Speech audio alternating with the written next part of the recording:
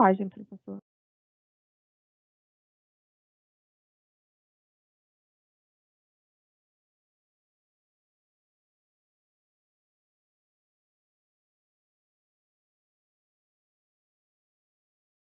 Boa noite, turma.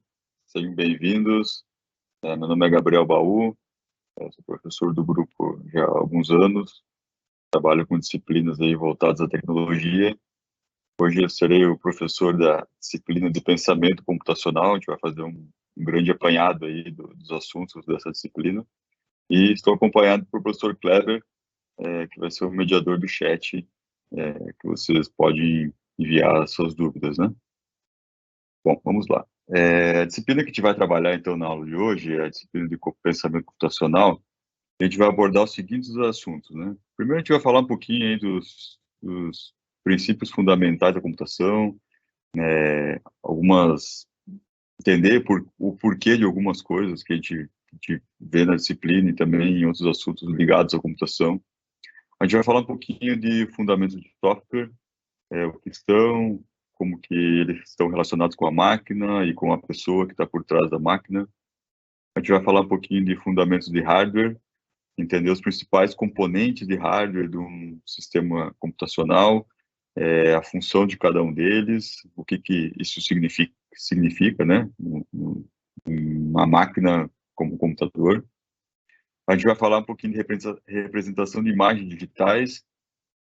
A gente escolheu a temática de imagens digitais para poder conectar a máquina à vida do ser humano, né?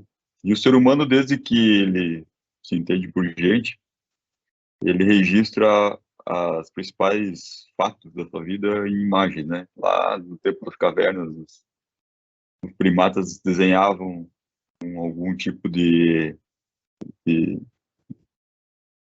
uma pedra, alguma coisa que riscasse a parede, e faziam algumas imagens. Isso depois passou para o papel, e até hoje a gente registra a vida em imagens, né? E agora com vídeos, né? Através de fotografias ou vídeo. Então, a gente também escolheu a representação de imagens digitais para poder abordar o pensamento computacional.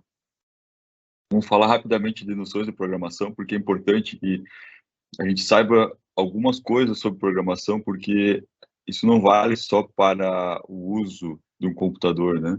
Acaba que noções de programação acabam te dando um subsídio para a vida também em alguns aspectos. E, por fim, áreas de aplicação do pensamento computacional, né? A gente vai ver que não é só de computador que essa teoria se encaixa, né? Algumas outras áreas também fazem uso do como que uma máquina se comporta. Bom, vamos lá então. O primeiro assunto é a gente falar sobre os princípios fundamentais da computação, né? Sobretudo hoje, né? A gente acha que computador é uma máquina capaz de pensar sozinho, né? Na verdade, não, né? Computador é uma máquina capaz de processar coisas muito rápido.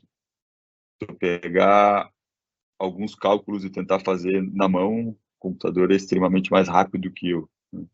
Então, o computador tem uma imensa capacidade de processar algo e uma terrível eficiência de pensamento. Na prática, o computador ele executa operações, né? Então, se eu der uma instrução para uma máquina, ele vai lá e cumpre essa instrução.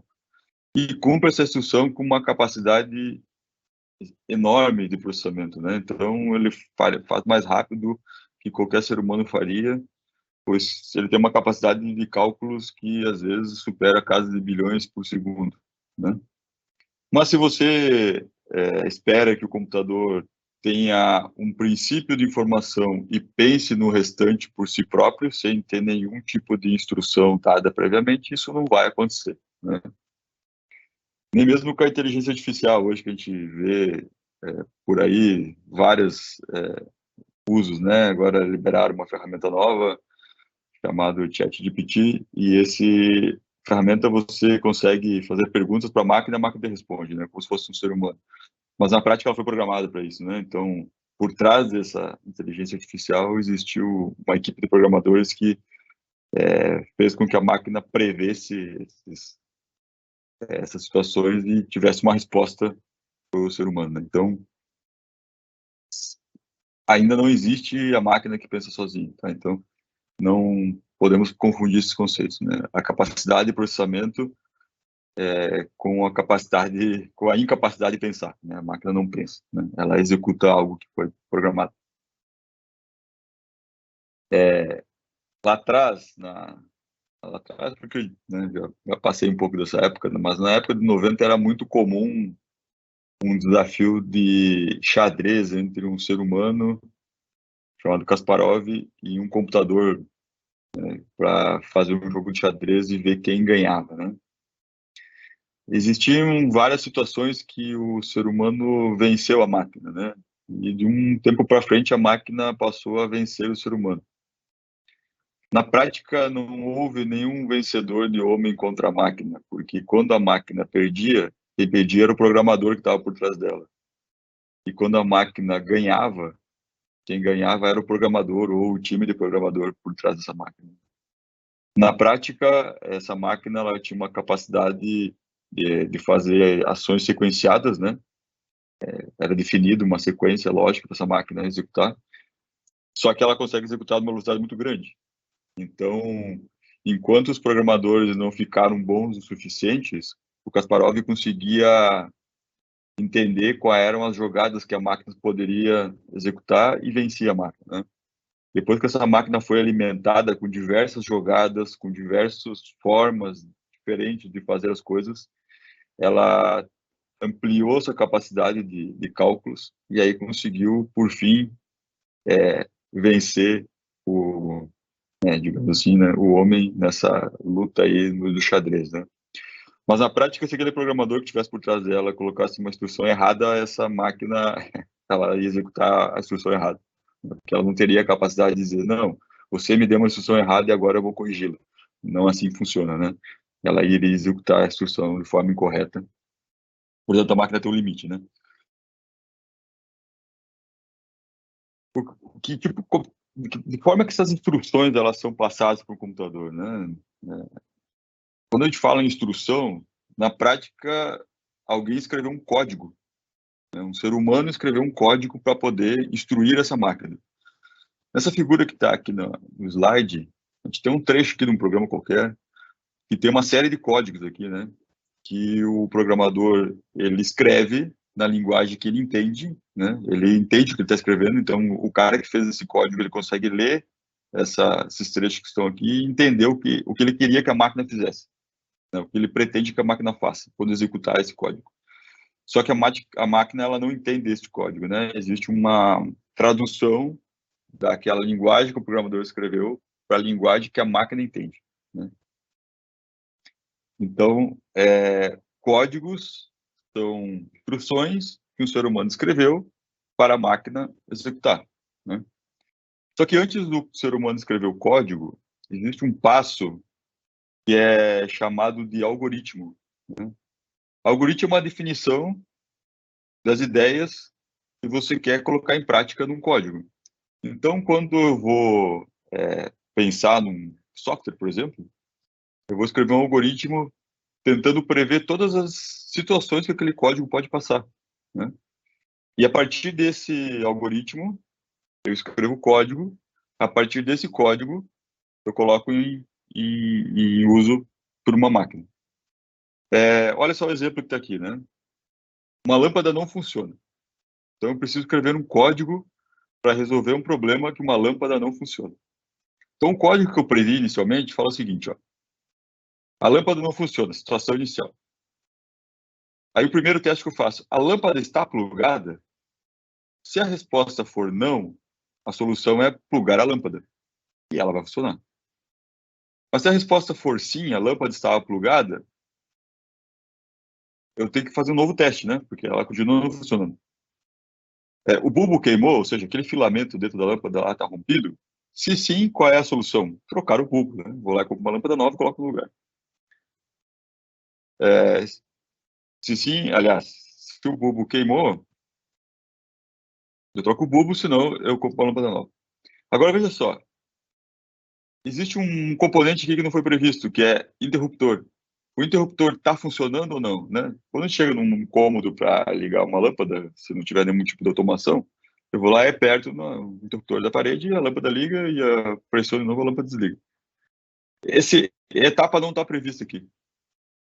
Então, se eu escrever esse algoritmo, depois escrever um código e botar para rodar no computador, o computador não vai saber que existe essa etapa de interruptor. Porque o computador, de novo, ele não pensa, ele executa instruções. Então é importante ter isso em mente toda vez que a gente olhar para uma máquina. Por mais inteligente que aquela máquina pareça, a gente não pode cair na tentação de achar que aquela máquina pensa sozinha, tá? Então isso aqui é um exemplo muito simples, né? Mas é um exemplo que a gente consegue entender que, bom, se eu não prever o passo interruptor, eu vou ter uma perda, né, no meio do caminho, caso alguém pense, e o interruptor? Isso não está previsto no código e essa ação não vai ser executada. Lá em 65, teve um senhor chamado Gordon Moore. Esse cara é fundador da Intel, né, junto com outras pessoas. E olhando lá em 65, a evolução que as coisas estavam tomando, a proporção da evolução das máquinas estavam tomando, ele previu o seguinte, ó, que a cada 2 anos, a quantidade de transistores dentro de um circuito integrado dobraria de capacidade. E dobrando a capacidade a cada 2 anos, a capacidade de processamento dobraria a cada 18 meses. Para quem não é muito familiarizado com a construção de um chip, né, se você pegar um chip de computador, um processador, por exemplo, né, que é um chip, a base de construção deles são milhares de transistores conectados. E transistor é essa pecinha preta que está na mão da pessoa ali do lado direito da figura. Essa aí, obviamente, é um transistor no seu formato de concepção, lá atrás, né? É uma peça grande. Agora, imagina você condensar milhares ou bilhões de transistores dentro de uma pastilha que você conecta numa placa e aquilo é o processador que faz os cálculos que você entende que ele deva fazer, né? Então, lá atrás, o senhor previu que a cada 2 anos a quantidade desses componentes dentro de um chip dobraria e a cada 18 meses a capacidade de processamento dobraria. E a gente percebe que essa lei que, né, virou uma lei de Gordon, né, o nome que foi dado para esse pensamento, ele se tornou, de certa forma, real, né? Talvez não com essa precisão de 2 anos, 18 meses, mas a gente tem uma evolução muito rápida, né, da capacidade das máquinas, né? Para você ter uma ideia, em 69, quando a Apollo 11 foi para a Lua, existia um computador para fazer cálculos de percurso, né, da espaçonave lá. Era um computador extremamente simples, comparado a um celular, qualquer celular que a gente tem na mão hoje. Hoje, qualquer celular, seja ele mais barato ou mais caro, com maior poder de processamento, é infinitamente mais poderoso que um computador que levou um homem à Lua em 69, né? E um outro fato é que, quanto menor são os chips, mais eficientes esses chips ficam e mais baratos ficam em relação à capacidade de processamento, né? Então, quanto mais a tecnologia avança, mais capacidade de processamento a gente tem nas mãos, e isso nos dá mais eficiência, né? A gente consegue fazer mais coisas com um chip semelhante. Agora vamos imaginar o seguinte, né? Eu chego, ligo meu computador e recebo uma mensagem, né? Bom dia. Para essa mensagem surgir na minha tela, não é porque o computador estava de bom humor e pensou assim, não, hoje eu vou dar bom dia para o Gabriel. Nossa, coisas ainda não funcionam assim, né? É porque alguém programou, fez uma programação naquela máquina para que quando eu ligar em determinado horário do dia, que eu reconheça que aquilo é uma manhã, ele me diga bom dia, né? E aqui tinha uma representação de código, que é uma representação que funciona na prática, né? Esse que é um código escrito em JavaScript, que faz com que apareça uma mensagem na minha tela. E aí, se você olha aqui do lado que está escrito teste bom dia, existe uma instrução chamada print, que é uma instrução que o programador entende que vai executar a tarefa de mostrar uma mensagem na tela. Então, o computador fala assim, máquina, escreva teste. E aí a máquina escreve teste. Aí, logo em seguida, tem uma linha aqui que está com 2 barras, é um comentário, né? Então, as linguagens de programação têm um recurso que é de inserir comentários dentro do código para que os programadores se localizem durante o código. Mas essa linha de comentário ela não é executada, ela serve só de referência para quem for ler o código. Então, aqui está escrito tem um comentário que é imprimir uma string, um número e outra string. Então, aqui, primeiro comando é imprima a palavra teste na tela. Ele imprimiu a palavra teste. Passou a linha de comentário, que não é executada, ele fala de novo assim, ó, imprima a palavra bom dia, dê um espaço em branco e imprima a palavra tchau. Veja que até o espaço em branco é necessário você indicar para o software que ele precisa colocar entre uma palavra e outra. Óbvio que tem inúmeras formas de fazer isso aqui, né? É apenas uma representação de como que tem que ter o raciocínio do programador na hora que for escrever um código. Do outro lado da tela, eu tenho a mesma instrução, só que ela tem um erro. Né? Na linha que está escrito bom dia e tchau, se vocês prestarem atenção, entre a palavra bom dia e a palavra tchau, de um lado tem aspas, duas aspas, né? Que não tem nenhum valor, que significa que é um espaço em branco, e do outro lado só tem as vírgulas sem as aspas. E aí o código gerou um erro. Então, além de você ter que saber como der a instrução, se você colocar um erro, o teu programa não se corrige sozinho. Ele vai te gerar um erro, você vai ter que identificar esse erro e corrigir esse erro. Então, é bem comum que durante uma codificação de um software mais complexo, aconteçam erros, né?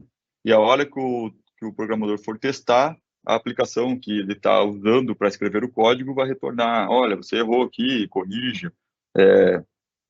Algumas aplicações dizem qual é a linha que ele errou, por exemplo, aqui seria a linha 3, né? Existe um erro na linha 3 que esperava um token e não recebi. Então, as linguagens de programação têm essa característica também, tá bom? Mas como é que a máquina entende, né? Pô, esse formato aqui é o formato que o ser humano entende, né? Então, eu escrevi print em uma palavra que eu quero que ele imprima na tela. Mas a máquina não funciona dessa forma, porque os computadores, quando foram pensados, eles foram pensados em fazer cálculos matemáticos. É isso que uma máquina faz, no final das contas. Apesar de você estar dando um comando aqui que parece simples, que é imprimir algo na tela, lá no fim das contas, quando chegar lá no processador a instrução para execução, vai ser executado algum tipo de cálculo, né? E a base numérica que um computador usa para fazer cálculos não é a base decimal que nós estamos acostumados, que vai de 0 a 9 e as combinações, né? Ela usa a base binária, que só tem dois valores, ou é 0 ou é 1. E a combinação desses zeros e uns é que faz com que o computador funcione, né? Mas por que usar a base binária e não a base decimal? Porque controlar apenas dois estados ou dois valores é muito mais simples e mais rápido que controlar 10 valores diferentes e as suas combinações. Então, por isso que foi escolhida a base binária para que uma máquina funcione. Porque dessa forma, ela se torna uma máquina mais simples de ser colocada em execução, né?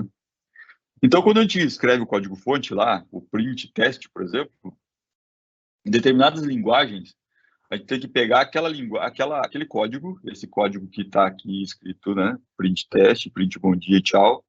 Passar por um segundo software, que é chamado de compilador, que ele vai pegar a linguagem que o programador escreveu, compilar, ou seja, transformar para a linguagem de máquina, que é zeros e uns, para que o computador execute e nos dê um resultado.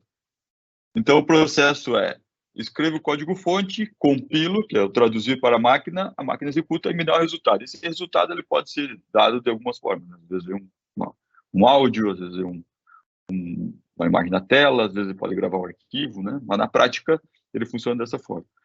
E aí qual é o processo de rodar um software, né?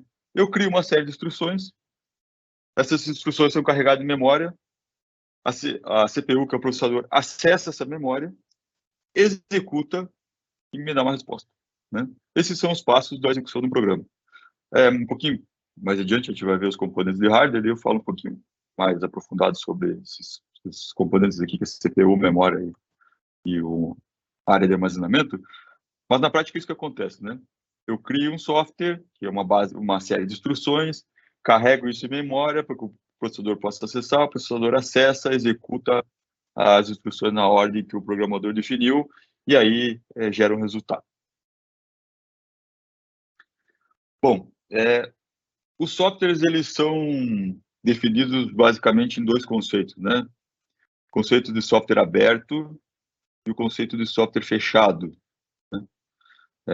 O conceito de código aberto é um conceito que o programador, quando ele escreve o código, né, que seria essas instruções aqui, ele deixa disponível para quem quiser utilizar esses códigos. Então, qualquer pessoa que tiver o acesso a esse código-fonte, que é como é chamado um arquivo que foi escrito pelo programador, consegue promover melhorias ou consegue mudar o código ou aproveitar trechos dos códigos para outras funções, né? Então, isso é chamado software livre. Então, as pessoas desenvolvem algo e deixam para a comunidade utilizar. E existe o conceito de código fechado, ou código software proprietário, que uma empresa, ou uma pessoa, uma entidade desenvolve um código, faz o processo de compilação, que é a tradução para a linguagem de máquina, e ela mantém esse código fonte com ela. Ou seja, aquele arquivo que o programador escreveu, ele não é liberado para a comunidade. Ele faz parte do produto da empresa e faz parte do acervo da empresa. Então, só ela detém esse código. Então, na prática, se você precisar de uma melhoria nesse código, ou quiser novas funções, você vai ter que entrar em contato com essa empresa e fazer com que ela promova essa melhoria para você, e aí depende do acordo que for firmado, né? Pode ser um acordo de colaboração, pode ser um acordo financeiro, enfim. Mas o fato é que esse código-fonte, que é aquele arquivo original que o programador escreveu, ele não é acessível por qualquer pessoa, ele é acessível apenas pela empresa, certo? Aqui é o desenho do pinguim, né? Que é o ícone máximo do software livre, né? Porque o Linux, que é o sistema operacional que a gente vai acabar falando daqui a pouquinho, ele é representado pelo pinguim, né? Então, quando a gente trata do assunto software livre, o código aberto, o pinguim é a representação máxima de uma liberdade de uso do software, né? E na contrapartida está o símbolo da Microsoft, que é a desenvolvedora do Windows e outros produtos que são comumente utilizados, como o Teams aqui, por exemplo, né? E é uma empresa que vive disso, né? Então, ela tem os seus códigos fechados, ela produz, ela compila, ela disponibiliza o software pronto. Bom, falando um pouquinho de conceito de software, a gente precisa entender dois pontos, né? O primeiro, o que é um sistema operacional? A gente tem aqui dois softwares básicos, né? O sistema operacional e o software de boot da máquina. Bom, quando a gente aperta o botão power do computador, seja ele o que for, se for o próprio celular, inclusive, existe uma inicialização dos componentes de hardware, ou seja, as pecinhas começam a ser ligadas e a máquina começa a funcionar. E para que o usuário tenha algum tipo de interação com essa máquina, existe um software chamado sistema operacional.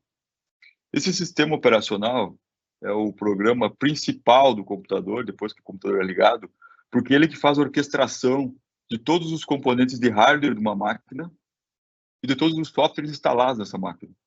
Então, se você quiser navegar na internet ou assistir essa aula, você precisa abrir o Teams, né? Ou um navegador de internet. Só que para isso, você precisa de um sistema operacional que coordene a execução de um software junto com uma placa de rede que está conectada num provedor que, por fim, mostra uma imagem numa tela ou sai o áudio numa caixa ou num fone. Mas existe alguém que precisa fazer essa coordenação das partes, né? Eu tenho que juntar aqui a placa de rede com o que recebo do provedor, que vai para a internet, com o som que está vindo, mostrar na tela do usuário. Tudo isso quem faz é o sistema operacional. E hoje, basicamente, tem três sistemas operacionais que destacam no mercado, né? O primeiro deles é o Linux, né? É um software livre, então você não precisa pagar licenciamento por ele.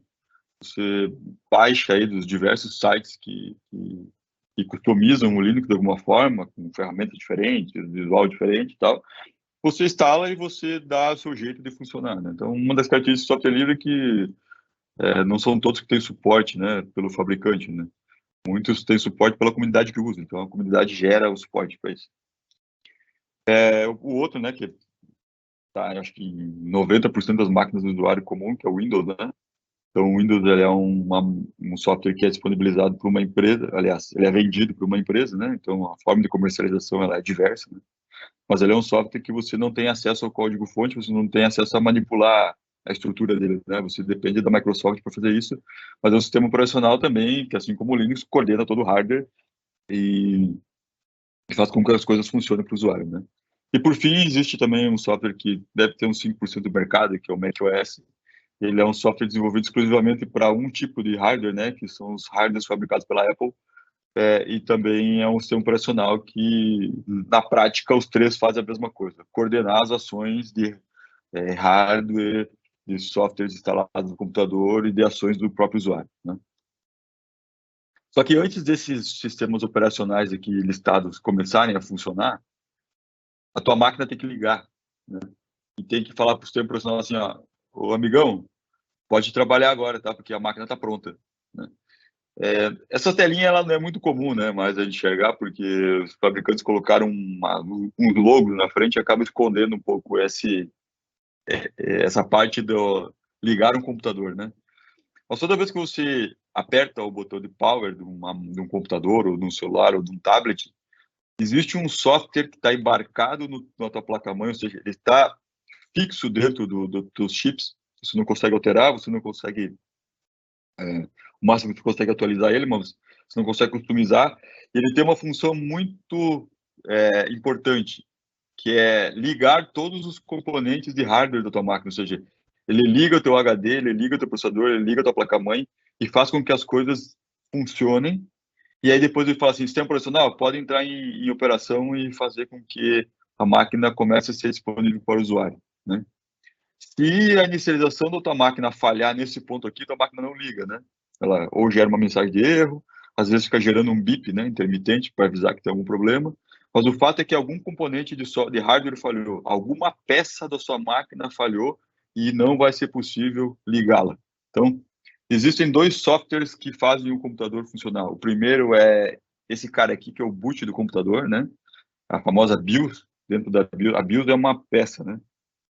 E lá dentro tem um software gravado que faz com que as pecinhas comecem a funcionar. Então, primeiro entra em operação esse cara, faz com que todas as pecinhas se liguem, ele faz uma checagem rápida e fala assim, tá tudo ok, agora se tem um operacional, pode fazer a tua parte e carregar. Bom, além disso, existem basicamente dois tipos de linguagens de programação. Linguagem de programação é aquela linguagem que o programador entende, né?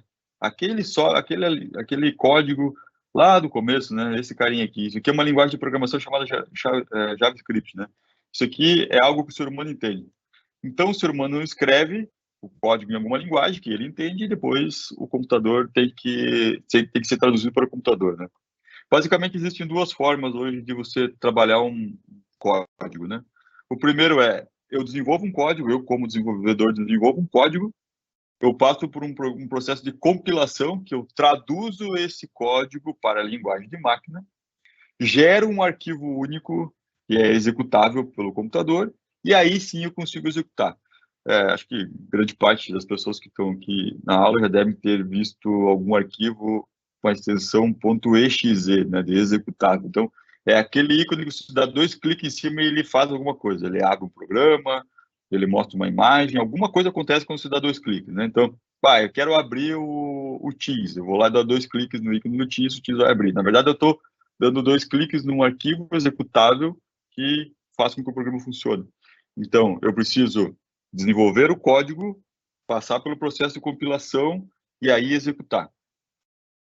Alguns tipos de linguagem são linguagens que a gente denomina como linguagem interpretadas, ou seja, eu não preciso passar pelo processo de compilação.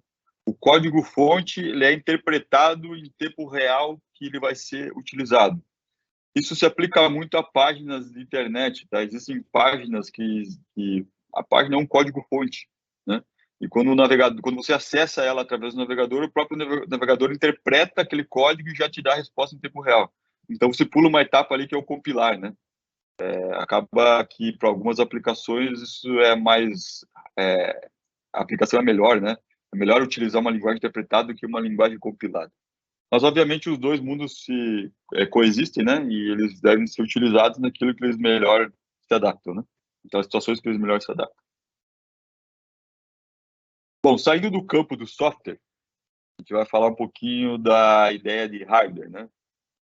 E aí tem uma frase que é muito famosa e eu acho que todo mundo que já ouviu, que é: hardware é aquilo que você chuta e software é aquilo que você pode xingar, né? Você não consegue chutar o Windows, né? Você consegue xingar o Windows, né? Você não consegue falar que o Linux está travado. Você não consegue bater no Linux porque ele está travado. Você consegue xingar o Linux e falar que ele está travado. Então, a analogia, ela funciona de certa forma, porque o computador você pode bater nele, né? Então, hardware é aquilo que você chuta e software é aquilo que você xinga. Isso no linguajar popular, né? Mas vamos fazer uma analogia mais, uma proximidade com algo que a gente conhece. Por exemplo, um piano, né? Qual é a parte de hardware do piano? Na prática, aquilo que o pianista encosta, né? As teclas, os componentes que tem dentro do piano, o bracinho que toca no metalzinho que sai o som, a tinta usada, né? Para pintar, para escrever o papel onde tem a partitura. Isso é a parte de hardware. E o que é o software do piano? O software é a música, né? É aquilo que a gente escutou, que é o resultado ali do trabalho do pianista, né? Já o computador, a gente consegue separar também, né? Que é hardware, que é software.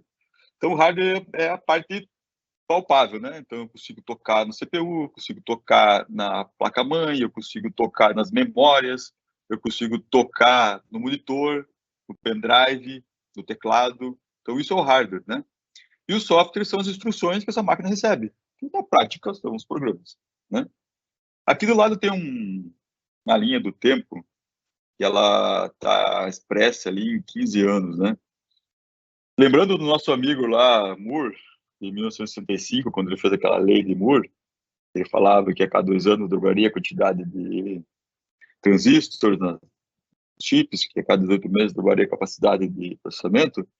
Na prática, o que aconteceu, né? Em 15 anos, a gente tem 1.024 vezes mais transistores dentro de um chip do que lá no início da jornada. Então, a evolução foi muito grande. A gente saiu ali de 1 ano e meio de dobrar a capacidade dobrou em 1 ano e meio, não dobrou em 2 anos, como ele previu, para chegar a mais de 1.000 vezes em 15 anos. Então, é uma coisa que é difícil até de medir isso, né?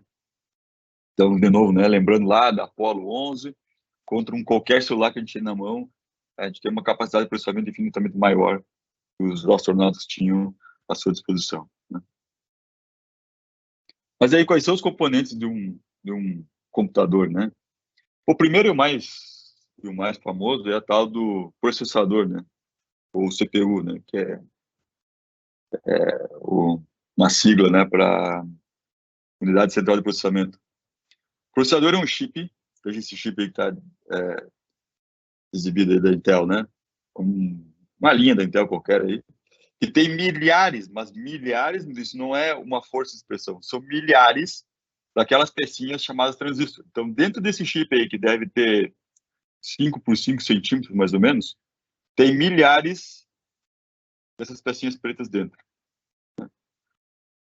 Foi criada uma técnica para conseguir condensar isso, né? Então, o funcionamento original continua o mesmo, dessas 3 perninhas aí do componente, mas foi feita uma técnica que consegue colocar isso dentro de um chip desse tamanho. Então, aí dentro tem milhares de componentes chamados transistor, que são responsáveis por executar os cálculos que a gente pede para uma máquina fazer.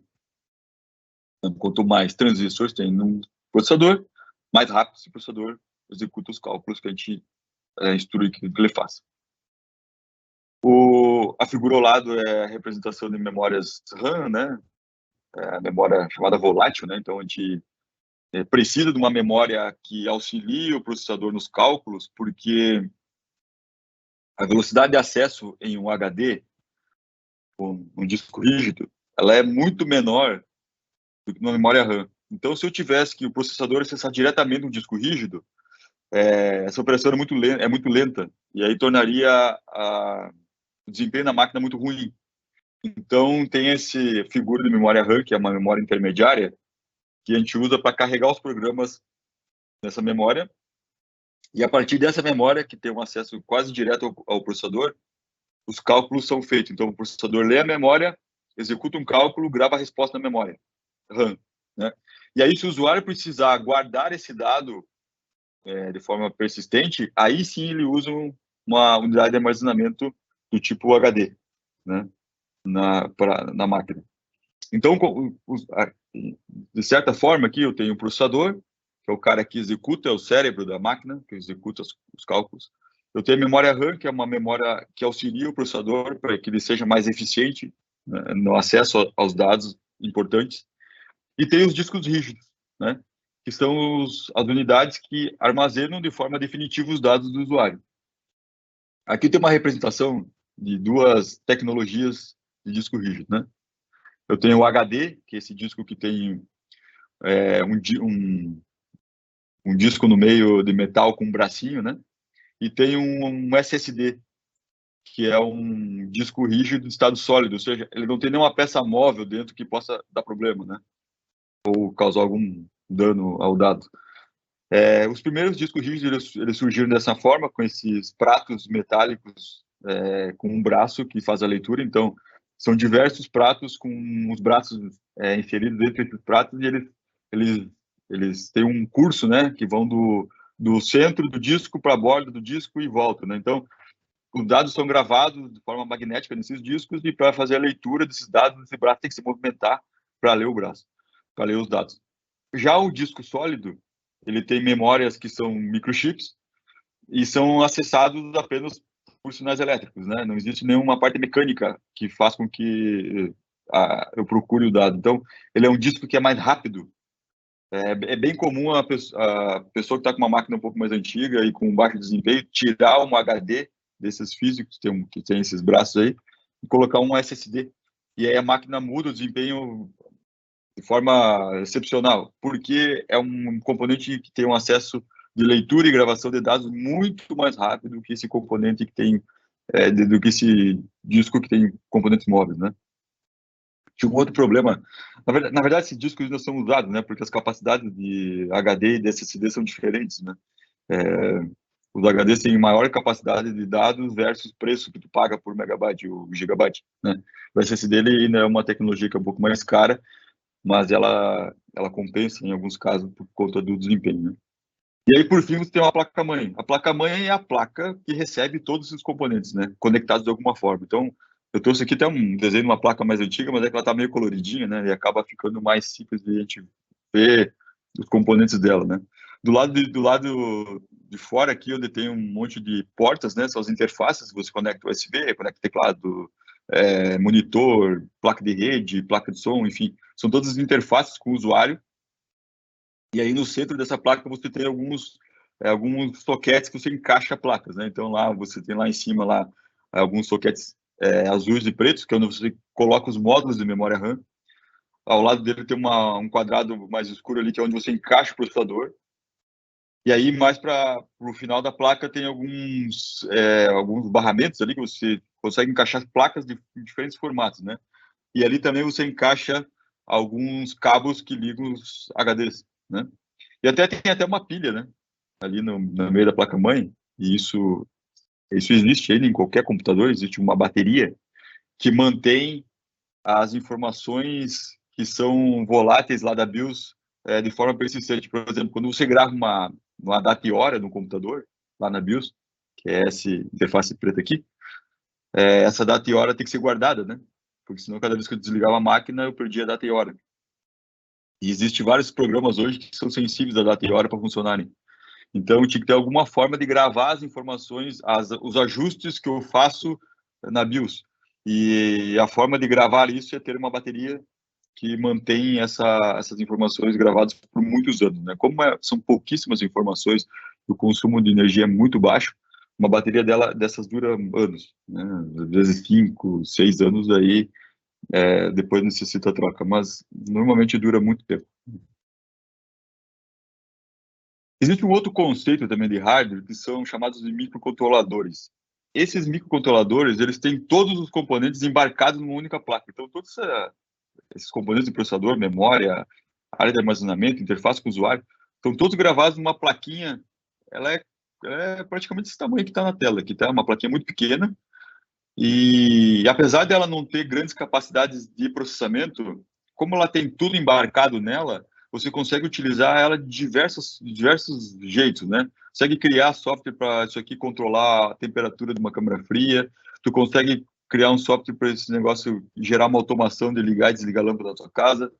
Você consegue embarcar microcontroladores em carros. Hoje, um carro tem diversos microcontroladores. Tem microcontrolador para freio, tem microcontrolador para medir pressão de pneu, tem microcontrolador que é a central principal do carro, que comanda todos os outros microcontroladores, ajuste de banco, teto solar, sensor de estacionamento, sensor de combustível.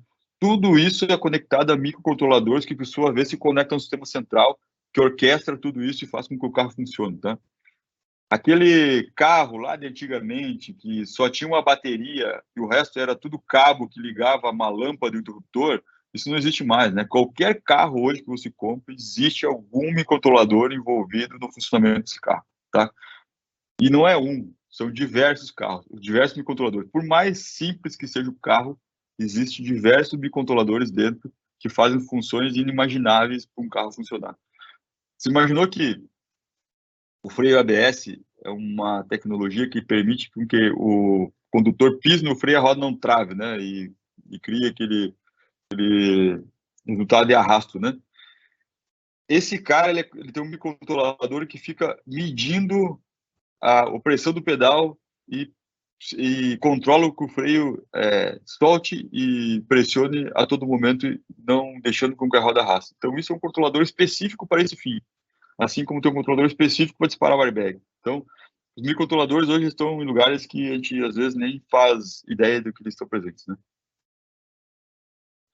Um outro detalhe que a gente precisa ter em mente muito claramente, que é as unidades de medida, né? O computador foi escolhido para ser desenvolvido em cima de código binário, que é 0 1. Então, um byte, aliás, um bit tem apenas dois estados, ou 0 ou 1, né? Um conjunto de bits, de 8 bits, vira um byte. E é a partir daí que a gente começa a fazer as nossas medições, né? Porque toda vez que a gente vai comprar algo envolvido com armazenamento, a gente está comprando bytes e não bits, né? Então, pensando que um bit tem 8 bytes, aliás, um byte tem 8 bits, o resto é tudo multiplicação de potência, né? Então, 1 kilobit, aliás, 1 kilobyte tem 1024 bytes. 1 megabyte tem 1024 kilobytes. 1 gigabyte tem 1024 megabytes. Então, de uma unidade para outra, cresce uma potência de 10 elevado a 13, ou seja, é 1000, né? Então, sempre multiplicação por 1000. E aí você tem kilobyte, megabyte, gigabyte, terabyte, petabyte e assim por diante, né? Hoje a gente está na casa dos terabytes, né? Então, pendrives são medidos em gigabytes, memória RAM são medidos em gigabytes e HD são medidos em terabytes, né? Alguns SSDs ainda a gente trabalha com gigabyte, mas é por conta do custo do SSD, mas HD mesmo a gente já trabalha terabyte há muito tempo. Então é só para entender essa relação aí entre kilobyte, megabyte, gigabyte, que é sempre potência, é sempre multiplicação de 1000, né? Bom, saindo um pouco do campo de hardware e software, a gente vai abordar o funcionamento da máquina sob o ponto de vista de representação de imagem, né? Voltando lá ao começo da aula, por que a gente escolheu representação de imagens? Porque o ser humano sempre trabalhou com representação de imagens na vida dele, né? Seja lá no tempo das cavernas ou até hoje com fotos e vídeos. Mas como que uma máquina funciona para exibir uma imagem, né, na tela? Que nem esse passarinho bonitão que está aqui no PowerPoint, né? Uma imagem de um computador, na verdade, são milhares de pontinhos com cores e quando você vai juntando esses milhares de pontinhos, vão formando uma figura. Quanto mais pontinhos uma imagem tem, mais realista é essa imagem. Então, do meu lado esquerdo da tela, eu tenho a figura de um passarinho quase real, né? Ele está muito, muito bonito aqui, tá? A imagem está muito bem feita, né? Já do lado direito tem uma imagem quadriculada. a diferença de uma imagem para outra é a quantidade de pontinhos que eu tenho sobre essa figura. Então, quanto mais pontinhos eu tiver para representar a figura, mais real ela fica. E na prática, esses pontinhos é uma matriz, né? Como está representado embaixo, com um eixo Y, eixo Y e eixo X. E para cada ponto dessa matriz eu coloco uma cor, eu aplico uma cor. E aí, quando eu vou aplicando esses pontinhos em maior número e com cores diferentes, eu acabo formando as cores de uma figura e o formato dessa figura, tá? Então, por exemplo, na posição do eixo X, posição 5 do eixo Y, posição 0, porque começa em 0, né? As grandezas ali, de 0 para frente, né? Não começa no 1. Eu tenho um ponto azul. Já lá na posição do eixo 0, 0, X e Y, 0, eu tenho uma cor verde. Então, eu vou criando essas posições, colocando cores e formando essas figuras. O esquema que a gente representa as cores em um computador é um esquema chamado RGB. Ele usa as cores primárias, que é o verde, o vermelho e o azul. E a combinação dessas cores geram outras cores, ou seja, todas as outras cores que a gente conhece no computador. Então, veja só aqui, nas pontas eu tenho as cores primárias, né, o vermelho, o verde, o azul. No centro eu tenho o branco. O branco, quando eu junto todas elas, eu gero branco. E quando eu afasto todas elas, eu gero preto, né? Então, do lado direito da tela aqui, a gente tem uma combinação, né, de quantidades de cores de vermelho, verde e azul. Então, na primeira eu tenho a ausência total de cor, ou seja, o preto. Na segunda, na tela, eu coloquei todas as cores na mesma escala, né? Ou seja, a escala vai de 0 a 255, então eu tenho um valor de 127 para as três cores, eu gerei o cinza, e por fim eu botei todas elas na máxima escala, eu gerei o branco. Então, é uma mistura total, desculpa, a mistura total das cores gera o branco, a ausência total da mistura gera preto, e aí a combinação gera as outras cores, né? E aí pode ver que existe um detalhe nessas telinhas que é representação hexadecimal das cores. Chegou um momento que, imagina que o vermelho para mim é uma tonalidade e para você que está vendo é outra tonalidade.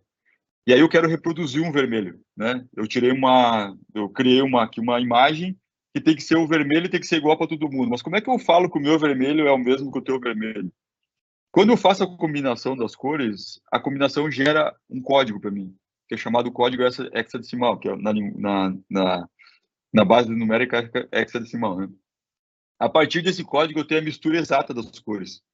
E aí eu posso falar para você assim, ó, não usa o vermelho, usa o código hexadecimal 7F, que vai representar o vermelho para qualquer pessoa no mundo. Então, por isso que tem esse código hexadecimal aí nessa imagem. Mas como é que eu manipulo uma imagem no computador? Eu manipulo uma imagem através de códigos. Assim como lá atrás eu imprimi uma mensagem falando bom dia, para eu manipular uma imagem, eu também preciso desenvolver códigos. Então, olha só, aqui eu tenho um exemplo de dois códigos fontes, né? Imagine que eu peguei uma imagem inicial, que era um pontinho preto, né, um círculo preto, que eu coloquei o nome como círculo.bmp, e aí eu quero trabalhar esse círculo. Primeiro eu quero aumentar ele um pouco, e depois eu quero alterar a cor de alguns pixels. Então, só para lembrar, né, que a imagem é uma matriz de pixels, né? E aí eu vou colocando as cores onde eu quero e vou formando as imagens. Então, imagina se eu boto as bordas ali, elas são brancas, né? Então, eu defini que as bordas vão ser brancas, e aí eu vou trocando as cores até que eu forme uma figura com aspecto redondo. Então, olha só esse código que eu botei ali, ó. Eu botei um código que vai carregar uma imagem chamada círculo.bmp. Aí eu aplico uma função que é para dar zoom, então eu digo que eu vou aumentar em 20 vezes a área dessa figura. Então, se a figura era 4x4, eu vou aumentar isso em 20 vezes. E aí eu digo o seguinte, ó, pegue o pixel da posição 4 e 0, ou seja, do eixo X, do eixo Y, 4 e 0, e pinte de vermelho na condição de 255, ou seja, na maior escala de vermelho. E aí ele vai colocar um ponto vermelho no meio da minha figura. Ah, mas agora eu quero aumentar um pouco mais e trocar o pixel de vermelho, que antes estava na parte superior da imagem, agora eu quero botar um ponto vermelho na parte inferior. Olha o que mudou do código. Eu invoquei a mesma imagem, eu carreguei a mesma imagem, que é o círculo.bmp, Só que eu troquei o zoom, né? Eu quis ela um pouco maior. Então, eu peguei a função de zoom, troquei de 20 para 30, troquei a posição do pixel, que eu apliquei a cor, e continuei aplicando a mesma cor. E no fim, eu mandei mostrar a imagem. Então, para manipular a imagem, é código. Igual escrever teste na tela. Tá bom? Mas as estruturas de código, quando você vai escrever um código, existem algumas estruturas pré-definidas, né? Que o programador tem que saber que essas estruturas existem para poupar trabalho para ele. Porque imagina o seguinte, ó, eu tenho um pássaro, esse cara aqui, vamos supor que esse pássaro quadriculado aqui tenha, para formar essa imagem, são 480 mil pixels. E aí eu preciso mudar a tonalidade desse passarinho. Eu quero ele mais escuro, quero deixar ele mais avermelhado, enfim, eu quero mudar a tonalidade. E aí eu teria que fazer um código desse aqui para cada pixel da minha imagem e trocar um por um. Imagine 480 mil blocos de código para alterar a cor do passarinho. Aí, obviamente, né, o ser humano, né, ele é mais inteligente que isso, ele criou algumas funções pré-determinadas.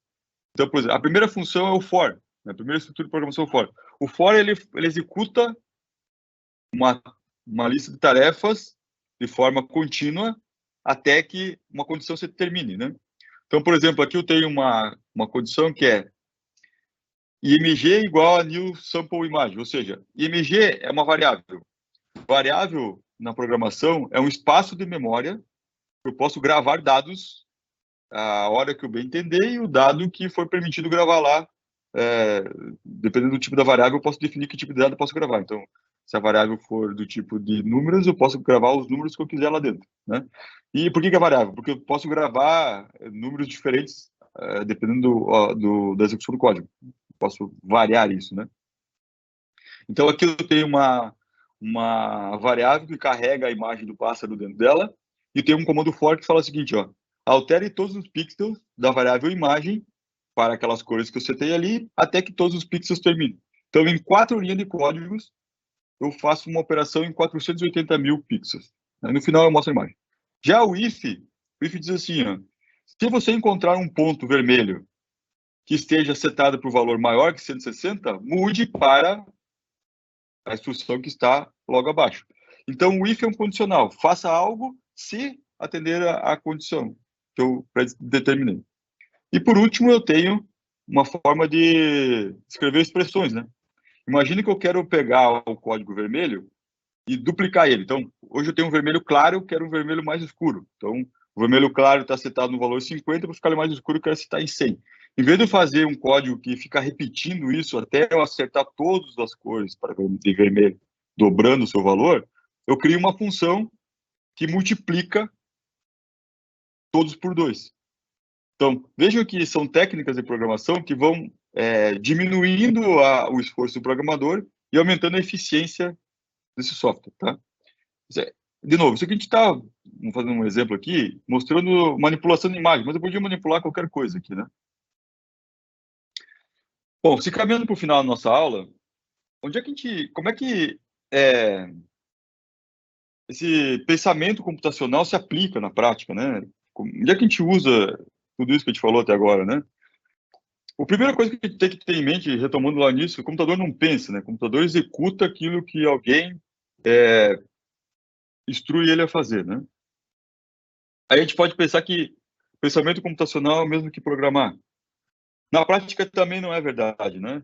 Que o pensamento computacional ele pode ser aplicado em outros campos, mesmo sem ter um computador envolvido na jogada, né? Por exemplo, existem 4 pilares que fazem com que o pensamento computacional se torne realidade, né? O primeiro pilar é a decomposição, o segundo é abstração, o terceiro é reconhecimento de padrões e, por último, algoritmo, né? Imagine que você tem um problema complexo que você quer determinar isso num software. Ao invés de você tentar escrever um software de uma vez só que resolva um problema complexo, é mais fácil você quebrar esse problema complexo em diversas subetapas, né? Essas subetapas gerar mais pequenas etapas. E lá no fim você vai ter uma operação muito simples. Então você pega um problema complexo, quebra em várias subetapas e você torna essas etapas cada vez mais simples e lá no fim você tem muitas etapas, mas muito simples de serem resolvidas. Depois que você fez isso, você vai para a abstração, que é lá na etapa que você vai executar de fato, você prestar atenção naquilo que é importante. Deixar de lado as coisas que não são importantes e focar naquilo que é importante. Então, você abstrai o resto. Você deixa de lado. Depois de que você faz isso, você cria padrões. Você reconhece padrões entre as etapas. Quando você reconhece padrões, você consegue, às vezes, melhorar determinada etapa, porque um determinado padrão tem alguns fatos geradores que podem ser melhorados, né? E aí você acaba criando um procedimento mais simples. Depois que você decompôs o problema, abstraiu só os fatos não importantes, focou no que é importante, reconheceu os padrões, você escreve o algoritmo, ou seja, você escreve a instrução que deve ser executada. Então, rapidamente falando aqui, imagine que você quer explicar para alguém como é que você voa, né? Pega um voo, vai de uma cidade para outra. Se você tentar explicar tudo de uma vez só, a pessoa fica perdida, porque são várias etapas. Então, você fala um pouquinho de como comprar passagem, o processo de embarque, o processo de despacho, o processo de entrar na aeronave, do voo, da saída, da recolhimento da bagagem e de ir embora, né? Então, você pegou um negócio que era muito complexo e quebrou em várias etapas que ficam mais simples de entender. A abstração, imagina que o cidadão que está lá no portão de embarque, olhando o teu documento para saber se você é você mesmo quando for embarcar numa aeronave, ele não quer saber se você lanchou antes, se você foi de Uber, se você foi caminhando, enfim. O papel dele a parte importante, olhar garantir que quem está embarcando na aeronave é o Gabriel, né? Reconhecimento de padrões. Imagine que uma companhia aérea detecta que um percentual muito grande de passageiros perde voo, né? E aí ela vai atrás da causa dessa perda de voo. Ela descobre que as pessoas perdem voo porque elas se atrasam para caminhar de um ponto a outro do aeroporto quando ele é muito grande. Então, cria-se maneiras de fazer com que essas pessoas andem mais rápido, né? Tem aeroportos que têm esteiras, que as pessoas vão em cima caminhando e vão mais rápido. Então, eu melhorei o processo através do reconhecimento de padrões. E, por fim, eu criei um processo que qualquer pessoa, mesmo desavisada, consiga ler o processo e executar. Então, o pensamento computacional, a máquina funciona dessa forma, mas o nosso cérebro, se a gente quiser aplicar isso na vida real, também funciona. No mercado de trabalho, isso é muito claro, né? Porque um tempo atrás a gente era contratado para fazer uma determinada ação que a gente já tinha que vir pronto para fazer. Então, a gente aprendia algo e executava. Hoje, o mercado ele exige que a gente tenha o tal dos soft skills, né? Que são capacidades que, às vezes, não é um curso que nos dá. Então, capacidade de inovar, que é fazer algo que já existe de maneira diferente. Capacidade de planejar, você consegue enxergar um pouquinho mais à frente do que você está hoje. Capacidade de ter raciocínio lógico, né? Pô, rapidamente eu tomo uma decisão. E a capacidade de aprender. Hoje a gente entra numa companhia, a gente entra com uma habilidade e desenvolve novas habilidades, né? Se a gente aplicar esses 4 pilares do pensamento computacional, a gente consegue criar ou melhorar essas capacidades também, né? E aí, existem várias áreas que aplicaram a pensamento computacional e hoje eles se transformaram, né? Bibliotecas e museus, uma vez você ia lá, procurava num catálogo, pegava o livro na estante, lia e tal. Hoje você tem uma automação muito grande de biblioteca, você acessa a biblioteca de forma remota, você chega lá, você tem um catálogo online que diz rapidamente onde é que está o teu livro, ou acessa ele do próprio computador. Publicidade e propaganda era uma área que ela não tinha como mensurar muito o público. Hoje a gente consegue saber exatamente quem a gente quer atingir, né? Fotografia, cinema, são áreas que evoluíram muito com a computação, né? Hoje a gente faz qualquer filme parecer, qualquer cenário, né? Coisa incrível. Shows e festivais também, hoje a gente consegue assistir um show de qualquer parte do mundo, e quando a gente vai ao vivo no show, a gente tem uma interação inacreditável, né? Do que antes era uma pessoa no palco, hoje tem uma interação muito grande, né?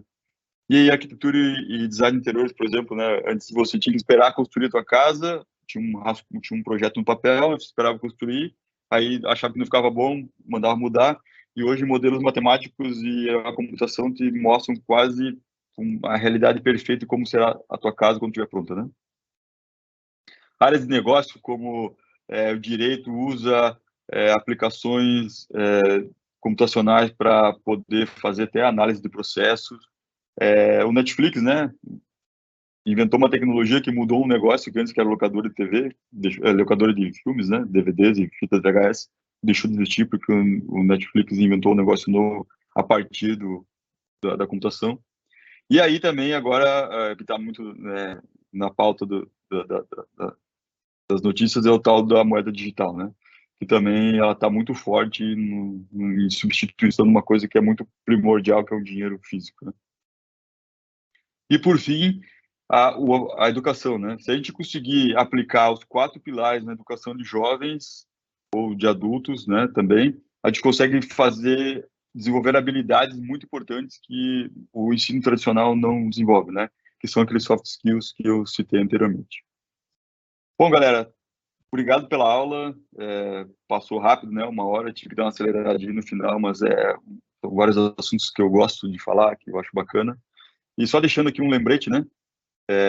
A plataforma ela disponibiliza teste de conhecimento para vocês validarem o conhecimento adquirido ao longo das aulas.